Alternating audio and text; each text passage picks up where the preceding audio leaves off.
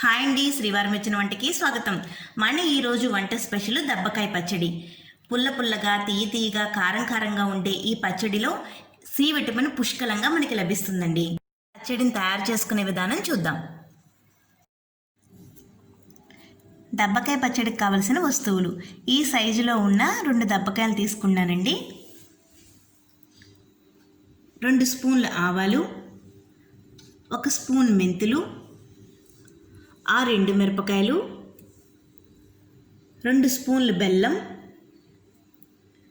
రుచికి సరిపడినంత ఉప్పు, 4 పచ్చిమిరపకాయలు, ఇంగువ.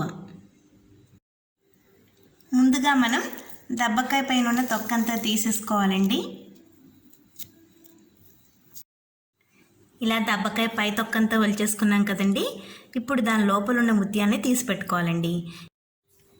లోపల ఉన్న ముత్యాలన్నీ ఒలిచేసుకున్నాం కదండి. ఇప్పుడు దీన్ని పొయ్యి మీద పెట్టుకుని ఉడికించుకోవాలి. ఇప్పుడు మనం మూకుడు పెట్టుకుని దాంట్లో 1 స్పూన్ నూనె సరిపోతుందండి. దీంట్లో వేసేసుకోవాలి. ఇప్పుడు మూకుడు ఏమీ వేడెక్కన అవసరం లేదండి. అది దగ్గర పడేంత వరకు కూడా ఉడికించుకోవాలి. ఇలా దగ్గరగా ఉడికిపోయింది కదండి. ఇప్పుడు ఇందులో మనం తరిగి పెట్టుకున్న పచ్చిమిరపకాయలు వేసేసుకోవాలి.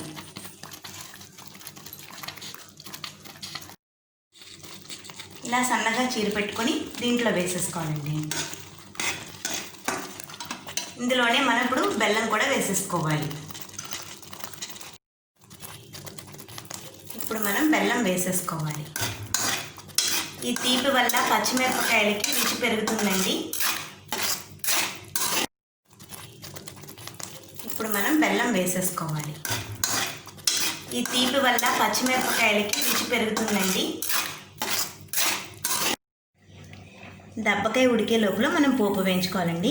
1 స్పూన్ నూనె సరిపోతుంది. దాంట్లో మనం ఆవాలు, మెంతులు, మిరపకాయలు అన్నీ వేసేసి వేయించుకోవాలి.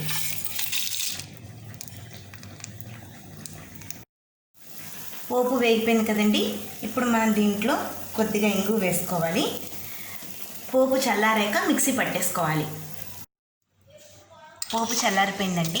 ఇప్పుడు దీన్ని ఒక మిక్సీ జార్లోకి తీసుకొని రుచికి సరిపడినంత ఉప్పు వేసేసుకుని మిక్సీ పట్టేసుకోవాలి.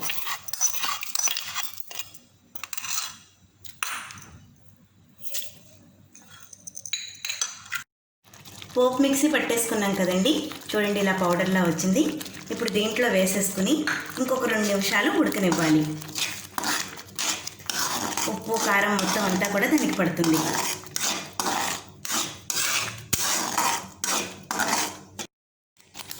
అంతా దగ్గర పడిపోయింది కదండి. ఇప్పుడు కొద్దిగా నూనె చుక్క వేసేసుకుని ఇంకొకసారి ఉడకనిచ్చేస్తే సరిపోతుందండి.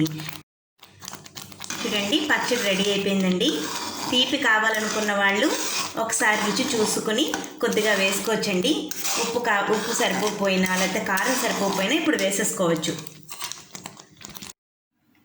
ఈ పచ్చడిని తయారు చేసుకునేటప్పుడు తీసుకోవాల్సిన జాగ్రత్తలు: మీరు లో ఫ్లేమ్లో పెట్టి మాత్రమే దబ్బకాయ ముక్కల్ని ఉడికించుకోవాలండి. దగ్గరుండి మధ్య మధ్యలో కలుపుతూ ఉండాలి.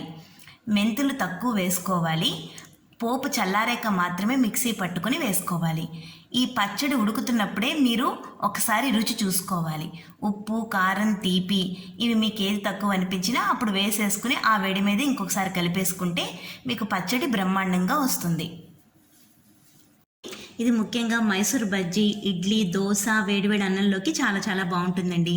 మీరు కూడా ట్రై చేసి ఎలా వచ్చిందో నాకు కామెంట్ చేయండి. లైక్ చేయండి, షేర్ చేయండి, సబ్స్క్రైబ్ చేయడం మర్చిపోకండి. మా శ్రీవారం వచ్చిన వంట. Thank you for watching.